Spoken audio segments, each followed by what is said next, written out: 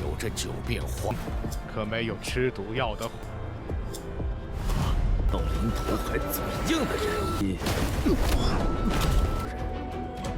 一级。本公主今天请客，走，给本公主护符。站住！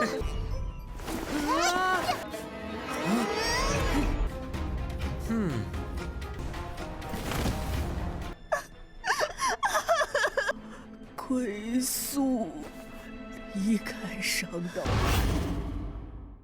Halo guys, welcome back to KD Universe. Mari kita lanjutkan Choice Changhun atau Peerless Battle Spirit. Mantap nih. Nah, di part hari ini seru guys. Kita melihat pemimpin yang diracuni dan bakal banyak murid yang keluar istana suci. Waduh, apakah terpengaruh sama si sialan itu ya? Kalau berdasarkan part kemarin kita menyaksikan tetua yang Chihai terpojok dan dikepung oleh banyak murid. Tapi dia tidak mau menyerah dan langsung mengajak para murid agar ikut bersamanya saja untuk membentuk sekte yang baru. Karena sekarang pemimpin mereka ini udah terlalu tua dan banyak penyakit. Dia bakal menghilangkan efek obat yang ada di tubuh dari sang pemimpin sekte. Semua orang menyaksikannya kaget, tidak menyangka ternyata pemimpin sekte mereka udah tua guys. Alhasil mereka pun mulai ragu untuk tetap tinggal. Karena merasa si pemimpin udah nggak layak nih melindungi mereka. Tapi tiba-tiba pemimpin sekte memadatkan kekuatannya begitu besar, menunjukkan kalau dia masih memiliki kekuatan. So maka dari itu, kita pun masuk ke intro ya guys. Hehehe. Pemimpin istana memanggil seluruh murid agar memilih apakah mereka mau tetap tinggal atau pergi. Silakan pilih. Pemimpin sekte juga menenangkan mereka karena dia nggak bakal marah guys dengan apapun yang mereka pilih hari ini. Tentu para murid jadi makin galau dong. Mau pilih yang mana ya? Pada akhirnya guys, banyak sekali murid yang bergegas pergi meninggalkan sekte ini. Pemimpin sekte menasihati tetua yang agar tetap mengingat semua teman-temannya yang ada di sini dan menyuruhnya segera pergi dari sini. Pada akhirnya dia pun pergi sambil membawa anaknya guys. Chinan yang berada di sana menghampiri pemimpin sekte karena dia sama sekali nggak tahu bakal terjadi seperti ini. Tapi master sekte menenangkan dia. Menurut dia ini malahan bagus guys, sehingga mereka bisa melihat manakah orang yang benar-benar setia dan tidak.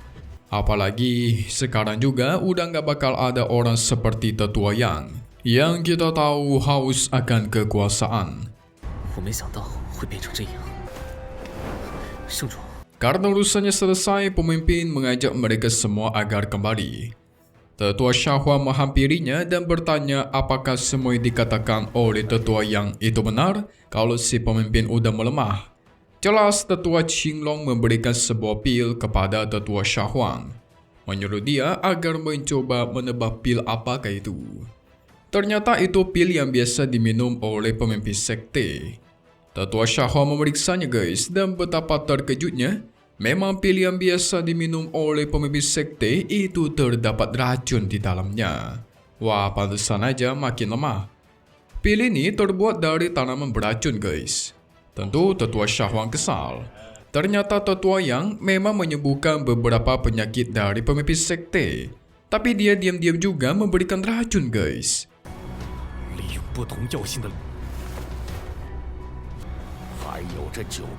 Mendengar itu, para tetua lain pun tidak menyangka.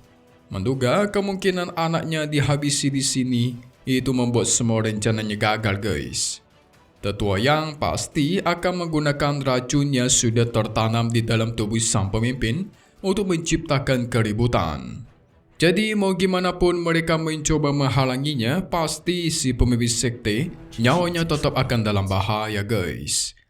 Tetua Shahua menenangkan sang pemimpin, berjanji dia bakal membantu dalam penyembuhan racun ini. Tapi sang pemimpin menenangkan dia, menyuruh tetua Shahua mendekat dan memeriksa tubuh. Betapa terkejutnya sang tetua karena melihat tubuh sang pemimpin itu ternyata baik-baik saja guys. Nggak ada racunnya sama sekali, Jadi gimana maksudnya nih? Ternyata sedari awal pemimpin sekte sudah mengetahui hal tersebut dan dia tidak benar-benar meminum racun itu guys. Wah, kena prank dia ya. Berarti perjuangan tetua yang selama ini sia-sia saja. 可没有吃毒药的。 Di sisi lain, tepatnya di markas aliansi bisnis, Xiao Feipeng datang bersama adiknya. Dia datang mencari Jiangbilan. Feipeng berhasil kabur dari pertarungan tadi guys.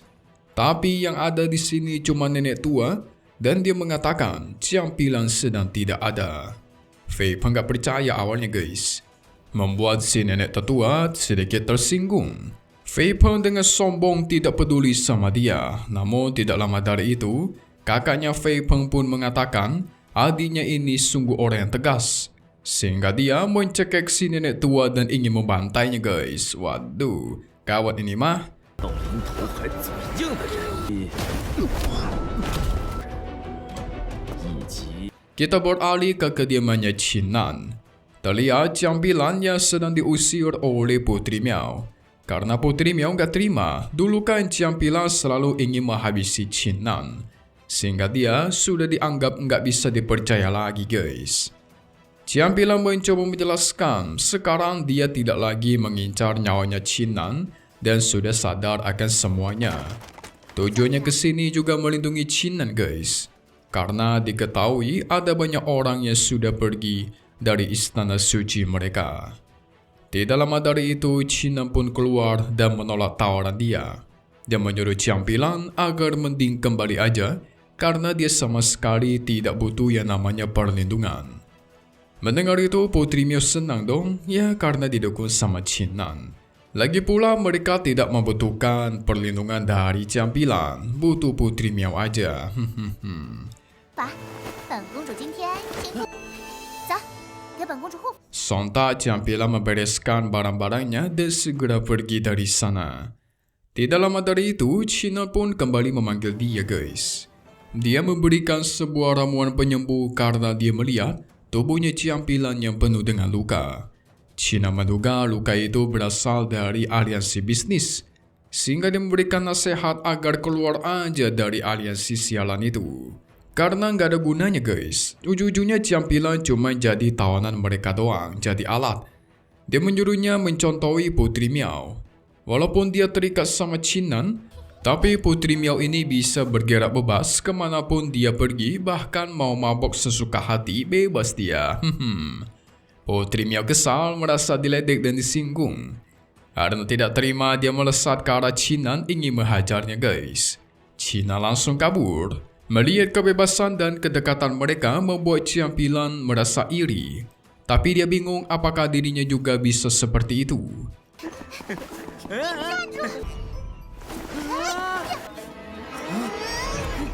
Setelah itu, Qinan sampai ke sebuah tempat yang ditemukan oleh Putri Miao. Dia bingung gimana sang putri bisa menemukan tempat ini coba. Karena auranya bagus. Dia dibantu oleh para tetua lain untuk menemukan tempat ini nyatanya guys. Apalagi tempat ini bisa menyerap aura langit dan bumi. Qinan kaget. Tidak mau buang-buang banyak waktu, sang putri pun berubah ke wujud aslinya, bersiap untuk latihan. Segera Qinan menjaga dia guys selagi dia berkultivasi. Kita beralih lagi ke Jiangbilan yang kembali ke kediaman. Sesampainya di sana, dia tidak melihat sang nenek dan ruangannya sudah berantakan. Setelah ditelusuri, ternyata neneknya sudah tergeletak, membuat dia panik dan langsung dia hampiri. Untungnya sang nenek masih bertahan dan menunggu kepulangan Jiangbilan karena ada pesan yang harus dia sampaikan. Jiangbilan menduga ini pasti perbuatan Xiao Feipeng. Dan itu benar guys, sang nenek pun menyuruh dia agar segera keluar dari aliansi bisnis. Karena dia pernah dengan secara tidak sengaja mendengar Jiangbilan bakal dinekahkan oleh kakak paling tua dari keluarga Xiao. Apalagi dia tahu orang itu jahat banget guys, waduh. Setelah mengungkapkan semua pesannya, pada akhirnya sang nenek pun meninggal. Kacau ini ya guys ya. Kayak mana kalau kayak gini guys, kacau. 归宿。一看上当。 Coba deh kita lihat di bagian spoiler untuk part 103 mendatang yang akan list lagi nanti. Oke.